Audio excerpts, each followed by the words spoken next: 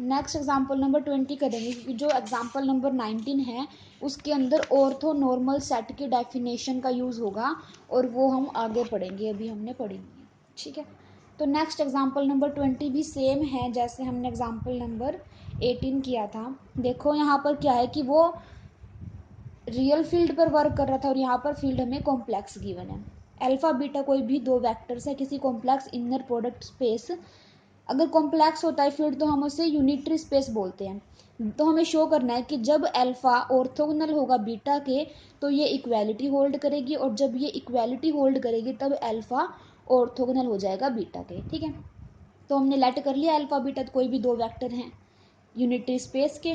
तो left hand side लेकर चले, इसको हमें पता है कि इसका नॉर्म का square means A alpha plus B beta की inner product A alpha plus B beta के साथ। इसे ओपन करने के बाद हमारे पास ये वाली चीज़ आ जाएगी।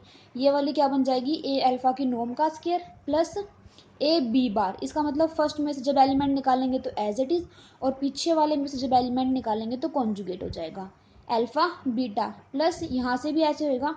इसमें देखो ए बार बी, क्योंकि पहले में से निकालेंगे तो बी एज इट इज आएगा और पीछे वाले में से निकालेंगे तो कॉन्जुगेट मीन्स ए बार। ठीक है, बी अल्फा की inner product plus B beta की नॉर्म का स्क्वायर, हमारे पास ये वाली चीज़ आ जाएगी। ठीक है, अब देखो यहाँ से बीटा की अल्फा के साथ इनर प्रोडक्ट को हम अल्फा की बीटा के साथ इनर प्रोडक्ट का कॉन्जुगेट लिख सकते हैं।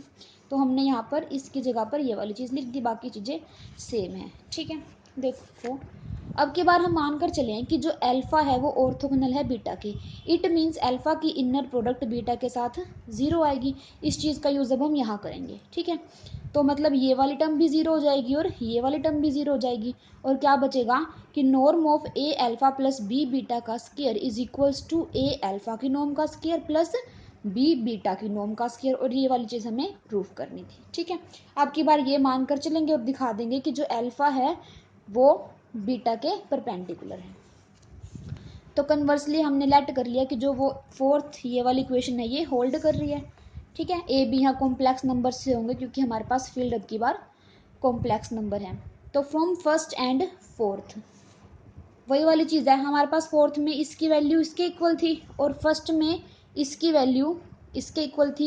लेफ्ट हैंड साइड इक्वल तो मीन्स राइट हैंड साइड भी इक्वल। इसकी राइट हैंड साइड ये है और इसकी राइट हैंड साइड हमारे पास ये वाली चीज़ है, तो दोनों इक्वल हो जाएंगे।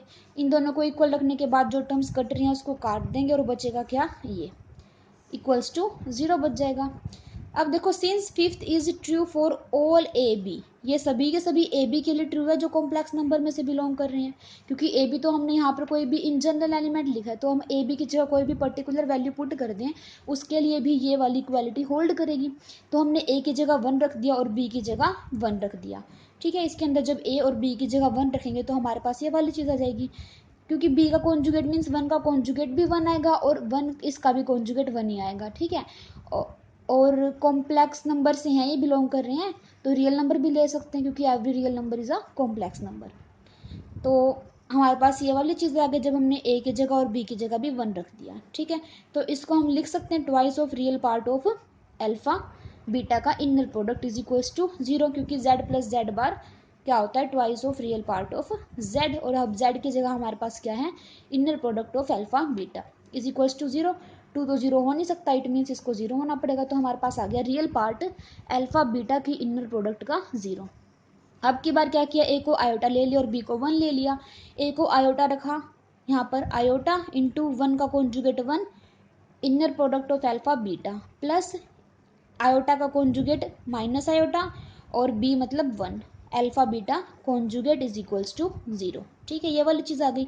अब यहाँ से देखो आयोटा कॉमन ले लो, आयोटा तो 0 हो नहीं सकता, इट मीन्स देखो यहाँ से आयोटा को कॉमन लेंगे तो अल्फा बीटा की inner product minus alpha beta की इनर प्रोडक्ट का कॉन्जुगेट इज इक्वल्स टू 0।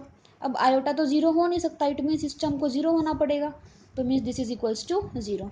अब यहाँ पर ये क्या बन रहा है, z minus Z bar is equals to 0, और z माइनस जेड बार की वैल्यू क्या होती है, twice of imaginary part of z। ठीक है, तो हमने इस चीज़ का यूज़ कर दिया यहाँ पर इज इक्वल्स टू 0, 2 0 हो नहीं सकता, it means imaginary part of alpha beta inner product is equals to 0। अब हमने अल्फा बीटा की इनर प्रोडक्ट क्या आना था, कोई भी कॉम्प्लेक्स नंबर आना था, क्योंकि फील्ड हमारे पास कॉम्प्लेक्स नंबर और फंक्शन लगने के बाद फील्ड पर ही जाता है, ठीक है। तो अल्फा बीटा की इनर प्रोडक्ट जो आंसर आएगा वो कोई कॉम्प्लेक्स नंबर आएगा, और वो कॉम्प्लेक्स नंबर हम मान लेते हैं इस टाइप का है। हमने क्या दिखा दिया कि इसका जो रियल पार्ट है वो भी जीरो है, और इसका जो कॉम्प्लेक्स मतलब इमेजनरी पार्ट है वो भी क्या है, जीरो। इट मीन्स पूरा का पूरा नंबर कैसा हो गया, जीरो हो गया। तो हमारे पास क्या आ गया कि अल्फा की बीटा के साथ इनर प्रोडक्ट जीरो आ गई, और ये वाली चीज़ हमें प्रूफ करनी थी। Hence alpha is orthogonal to beta.